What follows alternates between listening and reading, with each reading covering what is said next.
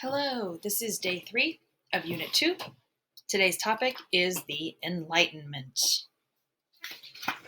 Today's class comes after the classes on the Scientific Revolution and the Protestant Reformation. Question number 1 for today is, why did absolute monarchs have so much power? Absolute monarchs were kings and queens and emperors who had absolute power, all of the power. They believed in divine right. They believed that God created the monarchy and the monarch as God's representative on earth. And they were able to finance this claim of power with money they obtained largely from colonies. The money from the colonies helped to centralize their authority, as the monarchs didn't need the loyalty of their nobles as much as they had in the past. They fought many wars over religion in the 1600s in continental Europe, and this meant that strong monarchs with large professional armies protected their people better than countries with weaker leadership. Eventually, nobles had less and less power, and the monarchs wanted more and more power and freedom to do what they wanted to do.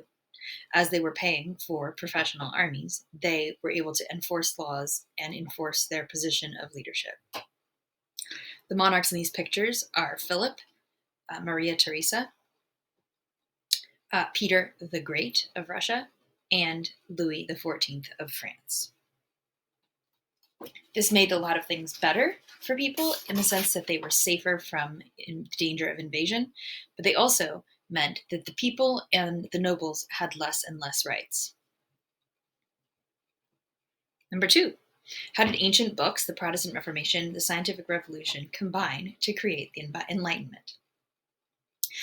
In the Renaissance, ancient books were kept in what are called chained libraries, where the books were literally chained to the shelves.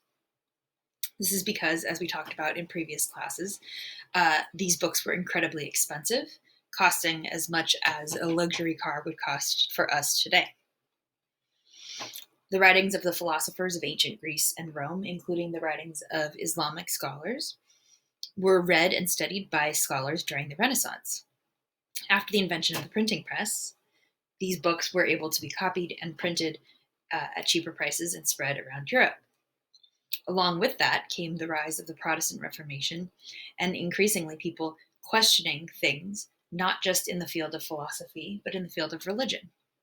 This led us to the Scientific Revolution. We have this dramatic painting of Galileo on his balcony. And this scientific revolution of the 1500s and the 1600s led to new ideas about the world, new ideas about the universe, and new ideas about nature. People started to use the scientific method to study the natural world. And then other people combined all of these ideas to say, what if we applied the scientific revolution ideas, the scientific method, to human society? This caused many changes that were good, many changes that were bad.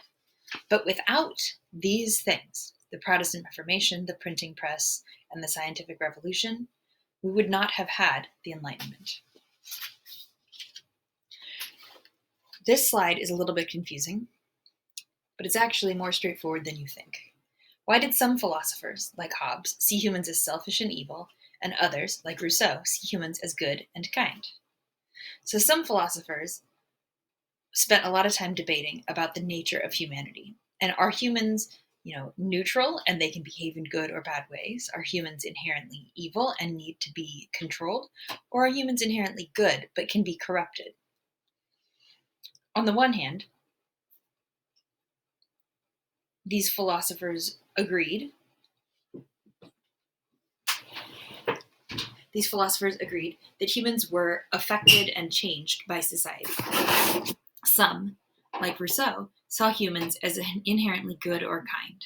So Rousseau would agree with the plot of the Star Wars trilogy, where Luke Skywalker believes that there's still some good in Darth Vader, even though he has turned to the dark side, even though he's done some evil things.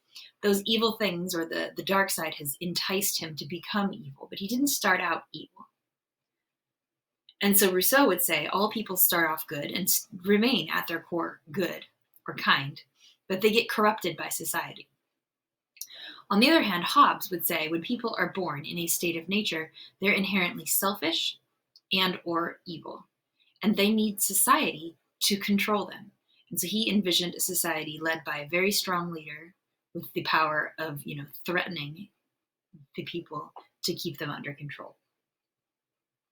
Society is there. The laws, the police, the rules, the government is there to control our naturally evil tendencies. Philosophers debated about this, and there's no real answer, but it does affect how we go forward and how we think about society.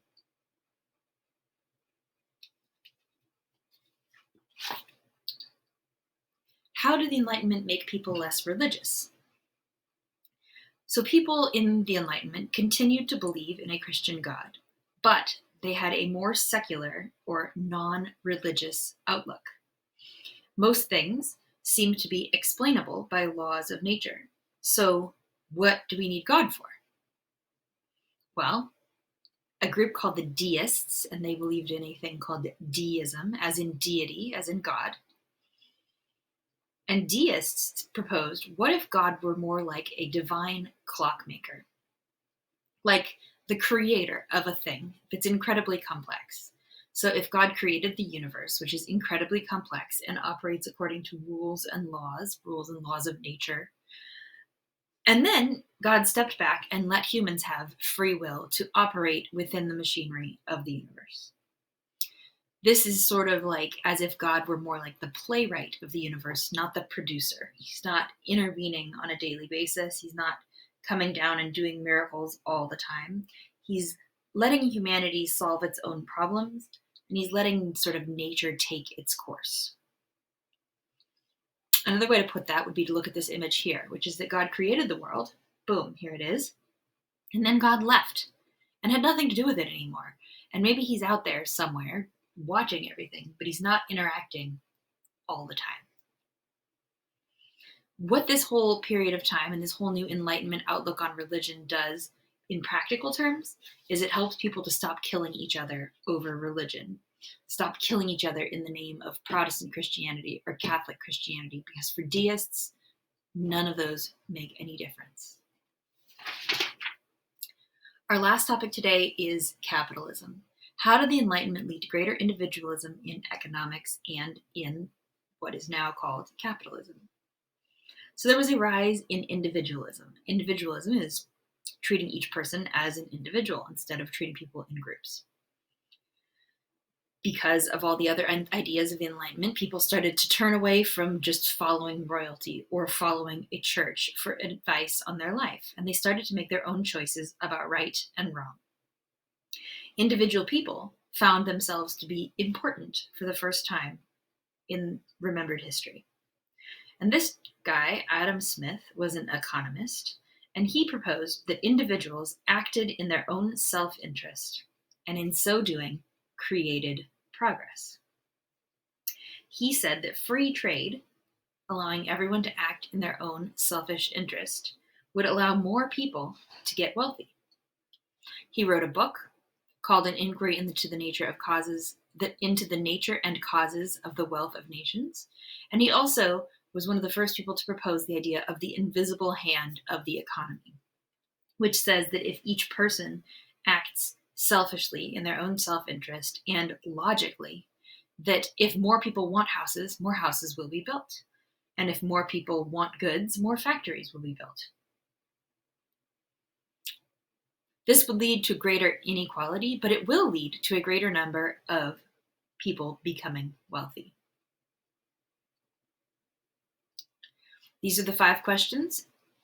If you have not done so already, you need to review and submit your summaries to the assignment in Canvas. The homework assignment to follow this video would be the beginnings of the Industrial Revolution. That can be found in your textbook on page 260 to 264.